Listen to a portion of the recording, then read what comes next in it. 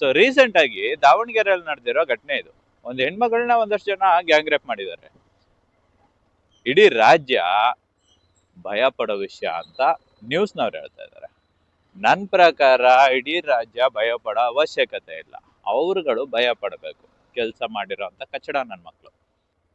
ಅವ್ರಿಗೆ ಈಗ 14 ದಿನ ಜುಡಿಷಿಯಲ್ ಕಸ್ಟಡಿ ಕೊಟ್ಟಿದ್ದಾರೆ. ಅದಾದ್ಮೇಲೆ ಕೋರ್ಟ್ಗೆ ಹೋಗುತ್ತೆ. ಕೋರ್ಟ್ಗೆ ಹೋಗಿ ಒಂದ್ ಶಿಕ್ಷೆ ಆಗತ್ತೆ ಅಂತ ಅನ್ಕೊಳ್ಳೋಣ. ಏನೊಂದ್ 15 ವರ್ಷ 20 ವರ್ಷ ಜೈಲ್ಗೆ ಹಾಕ್ಬೋದು, ಅಥವಾ ಜೀವನ ಪರ್ಯಂತ ಜೈಲ್ಗೆ ಹಾಕಿದ್ರು ಹೊರಗಡೆ ಜವಾಬ್ದಾರಿ ಇಲ್ಲದೆ ತಿರುಗಿಕೊಂಡು ನಿಂತಿದ್ ನಾಲಾಯಕ್ ನನ್ ಮಕ್ಳೆಲ್ಲ ಜೈಲಲ್ಲಿ ಹೋಗಿ ನೆಮ್ಮದಿಯಾಗಿದ್ದು ಬಿಡ್ತಾರೆ. ಅವ್ರಗಳಿಗೆಲ್ಲ ನನ್ನ ಪ್ರಕಾರ ಆತರ ಶಿಕ್ಷೆಗಳನ್ನ ಕೊಡ್ಲೇಬಾರ್ದು. ಅವ್ರನ್ನೆಲ್ಲ ಬಿಡುಗಡೆ ಮಾಡ್ಬಿಡ್ಬೇಕು.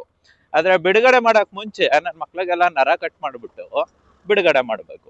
ಈ ಕಡೆ ಗಂಡಸ್ ತರ ಬದುಕಕ್ಕಾಗ್ಬಾರ್ದು, ಈ ಕಡೆ ಬೇರೆ ತರ ಸಾಯಕ್ಕಾಗ್ಬಾರ್ದು. ದಿನ ದಿನ ನರಳಿ ನರಳಿ ನರಳಿ ಸತ್ರೆ ಆವಾಗ ಆ ನನ್ ಮಕ್ಳಿಗೂ ಬುದ್ಧಿ ಬರುತ್ತೆ.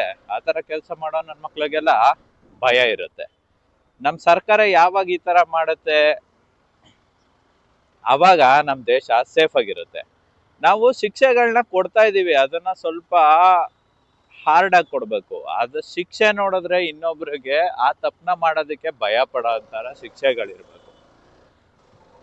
ಸೊ ಈ ವಿಡಿಯೋನ ಎಷ್ಟಾಗತ್ತೆ ಅಷ್ಟು ಶೇರ್ ಮಾಡಿ, ಕರ್ನಾಟಕ ಸರ್ಕಾರಕ್ಕೂ ಗೊತ್ತಾಗ್ಲಿ ಶಿಕ್ಷೆ ಯಾವ ತರ ಕೊಡ್ಬೇಕು ಅಂತ.